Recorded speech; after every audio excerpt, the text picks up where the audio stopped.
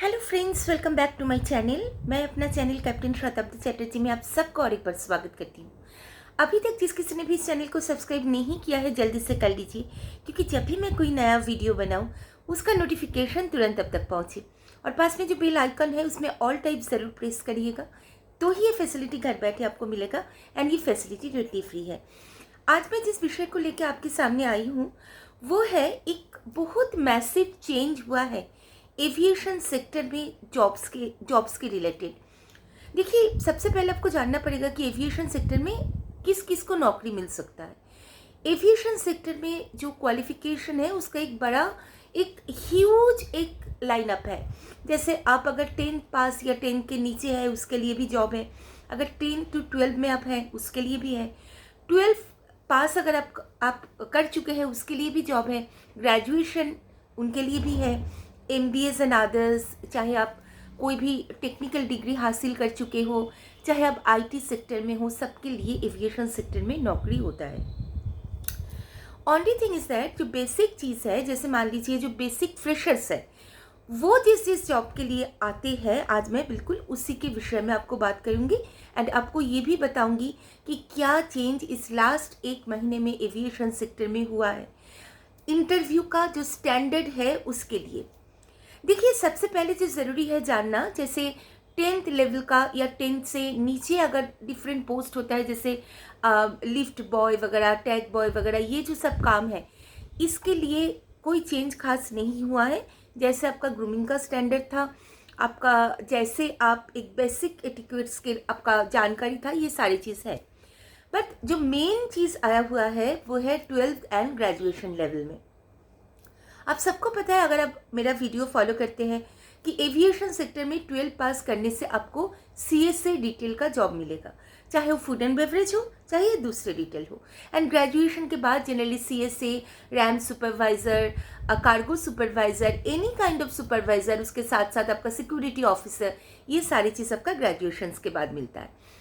यहाँ पर जो मैसिव चेंज आया है, this is on the basis of your grooming and your communication.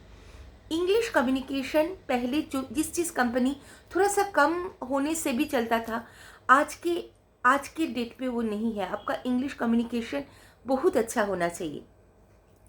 उसके साथ साथ फूड एंड बेवरेज में जो आए हुए हैं आपके लिए सिलेबस में बहुत बड़ा चेंजेस आया हुआ है। देखिए, food and beverage generally 2 kind of students को हायर करता था। एक तो है जो होटल मैनेजमेंट से रिलेटेड है, होटल मैनेजमेंट पास कर चुके, दूसरा फ्रेशर, बट उसका grooming and English communication up to the mark होना चाहिए था।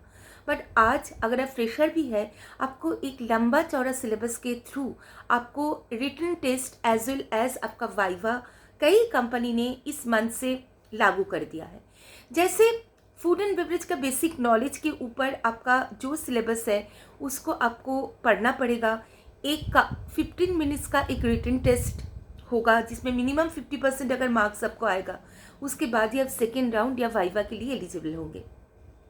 आप समझ ही रहे हैं कि डे बाय डे हर जो जो थोड़ा सा आपको सहज भी लगता था, जो लगता था आपको उतना आसान है बट या फिर उतना टफ नहीं है, बट ग्रेजुअली अपना स्टैंडर्ड को मेंटेन करने के लिए सारे कंपनी ये रूल्स लागू किए हैं अपना जो कैंडिडेट्स हायर कर रहे हैं उनके ऊपर।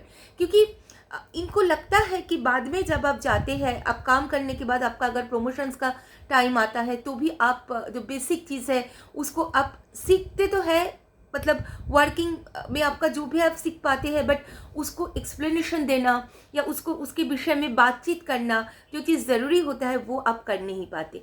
तो इसीलिए जो आप एविएशन सेक्टर में आना चाहते हैं, चाहे आप 12 पास हो चाहे आप ग्रेजुएट हो, तो आप अपना ग्रुप डिस्कशन, आपका इंग्लिश कम्युनिकेशन, ये सब के विषय में बड़ा ध्यान दीजिएगा।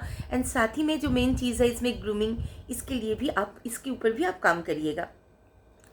एविएशन सेक्टर में फूड एंड बेवरेज एक बहुत बड़ा काम है, एक बहुत बड़ा सेक्टर है। अगर आप मीडियोकर स्टूडेंट्स भी हैं फिर भी आप इस काम में आ सकते हैं, बट एक प्रॉपर ट्रेनिंग के साथ आपको जानना पड़ेगा फूड एंड बेवरेज एक्चुअली है क्या, हॉस्पिटैलिटी इंडस्ट्री क्या है, कितने टाइप का हॉस्पिटैलिटी इंडस्ट्री है, एंड इसमें मान लीजिए जो आउटलेट होता है फूड एंड बेवरेज का वो किस टाइप का है। FSSAI का डिफरेंट गाइडलाइंस आपको जानना पड़ेगा। एक रेस्टोरेंट को ओपनिंग एंड क्लोजिंग जो चेकलिस्ट है वो आपको जानना पड़ेगा।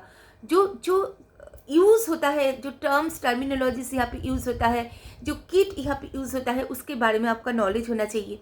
तो ये सारी चीज़ आपको पढ़ के रेडी होके आपको आना पड़ेगा अगर आप चाहते हैं कि आप इस इंडस्ट्री में अपना करियर शुरू कर पाए।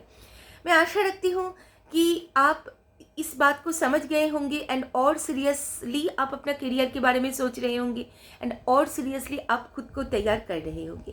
तो चलिए आज के लिए बस इतना ही। मैं फिर आऊँगी एक नए सब्जेक्ट के साथ, नए वीडियो के साथ। तब तक के लिए बाय बाय।